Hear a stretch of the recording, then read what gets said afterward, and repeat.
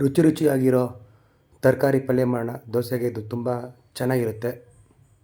ಈರುಳ್ಳಿ, ದಪ್ಪಮೆಣ್ಸಿನ್ಕಾಯಿ, ದಪ್ಪಂತಿಕಾಯಿ, tomato, steam ಆಗಿರೋ ಆಲೂಗೆಡ್ಡೆ, ಹಸಿಮೆಣ್ಸಿನ್ಕಾಯಿ ಎಲ್ಲ ಕಟ್ ಮಾಡಿಕೊಂಡು ನೀಟಾಗಿ ಮಸಾಲೆಗೆ ಈರುಳ್ಳಿ, ಬೆಳ್ಳುಳ್ಳಿ, ಕೊತ್ತಂಬರಿ, ಕರಿಬೇವು, ಟೊಮೊಟೊ, ಒಣಗಿಮೆಣ್ಸಿನ್ಕಾಯಿ, ಶುಂಠಿನ ಹಾಕ್ಕೊಂಡು ಮಿಕ್ಸಿಗೆ ಹಾಕೋ ರುಬ್ಕೊಂಡ್ರೆ ಮಸಾಲೆಗೆ ಸೂಪರಾಗಿರುತ್ತೆ.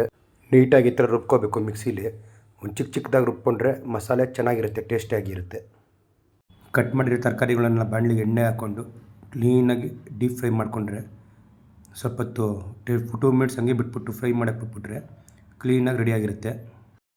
2 ಮಿನಿಟ್ಸ್ ಫ್ರೈ ಆದಮೇಲೆ ಕ್ಲೀನಾಗಿ ಮಾಡಿರೋ ಮಸಾಲನೆಲ್ಲ ಒಡೆ ಹಾಕಿ 2 ಗ್ಲಾಸು ನೀರು ಹಾಕ್ಬಿಟ್ಟು ಒಂದು 2 ಮಿನಿಟ್ಸ್ ಬಿಟ್ಟಾದಮೇಲೆ ಉಪ್ಪು ಖಾರ ಹಾಕಿದ್ರೆ ಕ್ಲೀನಾಗಿ ರೆಡಿಯಾಗಿರುತ್ತೆ ಮಸಾಲ. ಒಂದು 5 ಮಿನಿಟ್ಸ್ ಆದಮೇಲೆ ಸ್ಟವ್ ಆಫ್ ಮಾಡಿ ಈ ಥರ ರೆಡಿಯಾಗಿರುತ್ತೆ. ಇದನ್ನು ದೋಸೆಗೆ ಇಲ್ಲ ಅನ್ನಕ್ಕೆ, ಇಡ್ಲಿಗೆ ಚೆನ್ನಾಗಿರುತ್ತೆ.